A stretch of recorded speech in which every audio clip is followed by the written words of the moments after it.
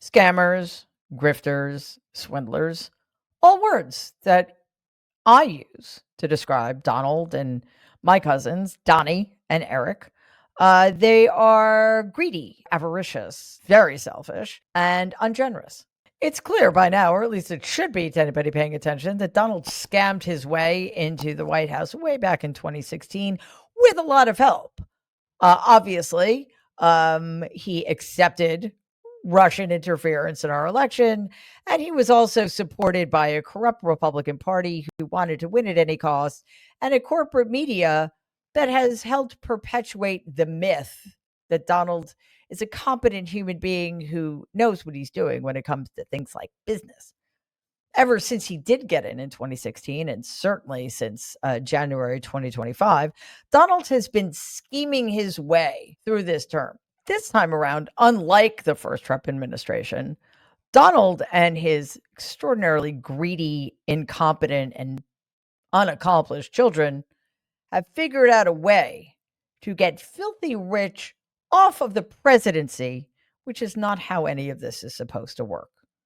Today, I want to bring to light a damning new analysis from the Rolling Stone about the ways in which Donald and his immediate family are raking in cash while he's president of the United States.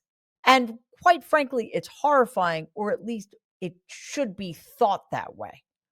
Rolling Stone reports that between crypto ventures, real estate deals, licensing agreements, and other grifts, Donald and his adult children have made a staggering $3.4 billion over the course of his first term and the current regime. So I want to break down some of the details of this grift. The New Yorker estimated that Donald's cryptocurrency had generated at least $2.37 billion in value. Financial investments coordinated by Donnie and Eric have generated $339.6 million. Donald's Mar-a-Lago resort in Palm Beach, Florida has raked in $125 million in extra profits. He's collected $127.7 million in legal fees. Interesting. Merchandise sales and a media company have estimated to be worth $116 million. It is important to remember and point out at every turn that the only reason his properties have value, the only reason he's able to sell merchandise, the only reason his media company generates income, et cetera, is solely because he's president of the United States of America. Now, don't get me wrong. Anybody who holds that office has a tendency to get very wealthy after they're out of office. That's just the way it works in America. Former presidents get extraordinarily lucrative book deals and media deals, and they get paid enormous sums of money to give speeches. But none of that is supposed to happen while they're ostensibly running the country. It is, or at least it should be, illegal. Last month, for example, Donald took a detour from his state trip to Scotland, where millions of taxpayer dollars were spent on travel and security so he could go inaugurate one of his new golf courses near Aberdeen, Scotland. So in other words, we paid for him to promote his private business, which is despicable. On that same trip, Donald hosted British Prime Minister Keir Starmer at his private Turnberry Golf Club, which means, again, American taxpayer dollars profited Donald because we paid him and his private club in order to conduct government business.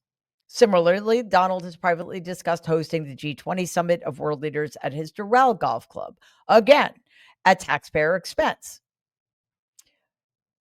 I grew up in a family in which literally the only currency was money.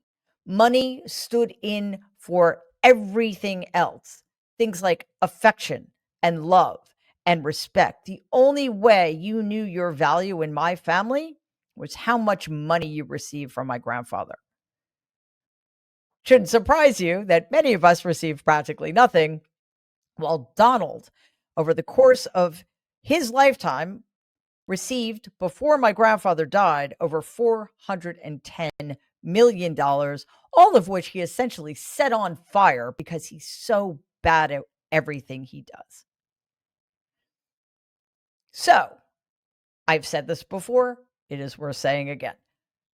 It is very bad to put somebody in power who sees everything in terms of money, because they are always looking at the bottom line that will increase their value.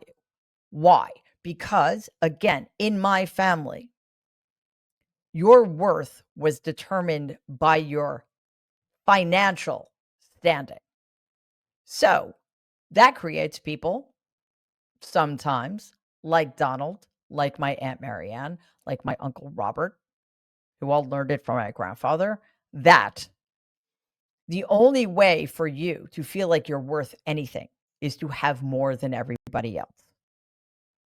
That creates a lot of very selfish, ungenerous people, because if you give any of your money away, that means that you become worth less, not just monetarily, but in every sense of that term, worth less as a human being. If you have less, if you are somebody like my dad, who did not benefit at all from my grandfather's extraordinary wealth, you, as a human being, are worth nothing. In fact, the last thing my grandmother ever said to me when I was in my 30s, so years after my dad had died at the age of 42, this is what she had to say about her own son. Do you know what your father was worth when he died? A whole lot of nothing. Of course, it isn't just cash that Donald and his adult children continue to rake in at the expense of the American taxpayer. For example, there's a $2 billion investment from a fund controlled by the Saudi Crown Prince. Donald received a luxury jet from the Emir of Qatar, valued at over $400 million, and which he is using $1 billion in Pentagon money to retrofit. There's a new exclusive club stocked with cabinet officials named the Executive Branch in Washington, D.C., at which they can not just bring in money, but sell influence and access. Donald and his immediate family are becoming wealthier by the day because Donald is completely willing to use the presidency to enrich himself without any compunction whatsoever. He's aware that it's wrong, by the way. He just doesn't care, because Donald, as always, thinks that he deserves whatever is coming to him, at least as long as it's money and power. This has been in the works for a long time, and it is working to plan just as Donald hoped all along. As previously reported by Rolling Stone, Donald complained to his inner circle that it was stupid of him to leave so much money on the table during his first term, and he planned to rectify that mistake the second time around, which is exactly what he is doing. And the fact that this Republican Congress is allowing it should be to their shame. It won't be, of course, because they will do anything Donald tells them to do. They will allow Donald to get away with anything he wants to, in the hopes that they continue to cling to power. However, the rest of us should find this unacceptable, and the people responsible should not be rewarded with that power they so desperately cling to. Fred Wertheimer, a lifelong campaign finance reform advocate, told The New Yorker, quote, "When it comes to using his public office to amass personal profits, Donald is a unicorn. No one else even comes close," unquote. Yeah, well, that's probably because in the past, anybody who was in the Oval Office understood that there are lines you do not cross. Unfortunately, that was tradition. That was norm. The mechanisms by which we prevent such egregious theft from the United States government are not in place, or at least they are not enforceable to the degree that they should be. It's also noted that for decades, Donald has bragged constantly about how rich he was, but of course, again, according to Wertheimer, quote, He doesn't talk about it anymore. He may be the greatest con artist in American history, unquote. Well, I think that goes without saying, but part of the problem here is that he's a con artist who is known to be a con artist, and yet, time and time again, decade after decade, has been allowed to get away with the con. Donald is not just making his money unethically, he's harming businesses and livelihoods in the process. As Donald's empire expands, and again, worth pointing out, because of the presidency, Donald is now a legitimate wealthy person, whereas in the past he was not. He bragged about how much money he had because he didn't actually have it. For decades, the wealth that he claimed was his belonged to his father. Donald Trump has never created anything in his life, and it is simply by virtue of the power he now holds that he is allowed to become an obscenely wealthy person with more and more power that goes along with it. He has been displacing thousands of Vietnamese villagers, forcing them to vacate the farms they've owned for generations in order to build a new golf course. Check this out. And next month, the bulldozers will arrive, and they place a luxury golf resort will be built, one worth $1.5 billion. And guess what? It will carry the Trump family name. Builders call it an opportunity, but farmers, they call it eviction. The 990-hectare site has been earmarked for a sprawling resort with manicured greens replacing banana trees and the orchards there. It's the Trump family's first foray into Vietnam. And the government cleared the path very quickly. Approvals fast-tracked, right in the middle of negotiating a major trade deal with Washington. The Trump organization will run this club when it's finished. They will not be paying for the land or the rice. That's on the Vietnamese builders who paid $5 million just for the right to put the Trump name on it. Trump himself says that his assets are held in a trust managed by his children. But financial disclosures show the income still flows back to him. Donnie, Donald, Eric, Ivanka, these are the worst people on the planet, and they continue to benefit from a system that has proven incapable of reining their greed in.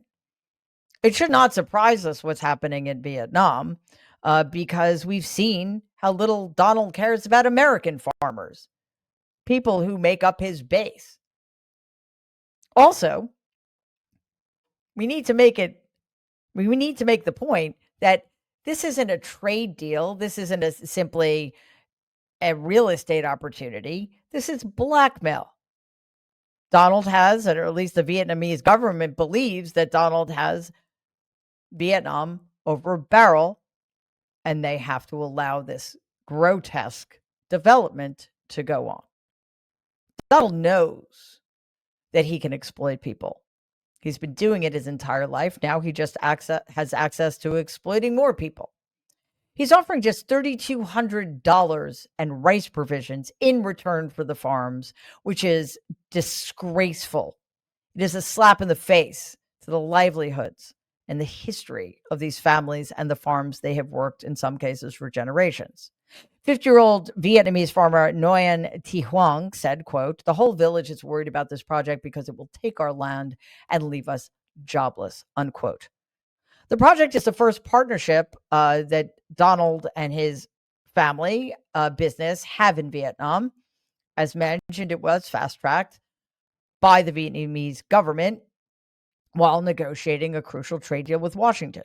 This is, in some ways, the very definition of a quid pro quo. But as I said earlier, I think it is much more accurate to describe this as blackmail.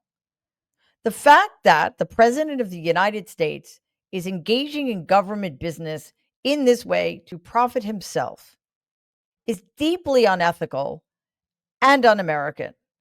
And the fact that his party is doing absolutely nothing to stop it tells us everything we need to know, as if we needed more information, about just what this fascist Republican Party stands for.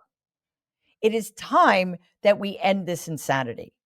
One, because it is just wrong for the president of the United States to profit off of the presidency, especially if it's at the expense of the American people, the American taxpayer, American businesses, and our trading partners and allies. But much more than that, it is unseemly. It is embarrassing. And the fact that the worst person on the planet is benefiting by working the system against us to benefit him and his inner circle should be, to any right-thinking American, whether you support him or not, whether you're a Republican or not, at our expense. Please take a second and like and share this video. Be awesome if you could subscribe to the channel. If you're listening to us in podcast form, please follow us and give the show a 5-star rating because it really does help other people find our content. Thanks.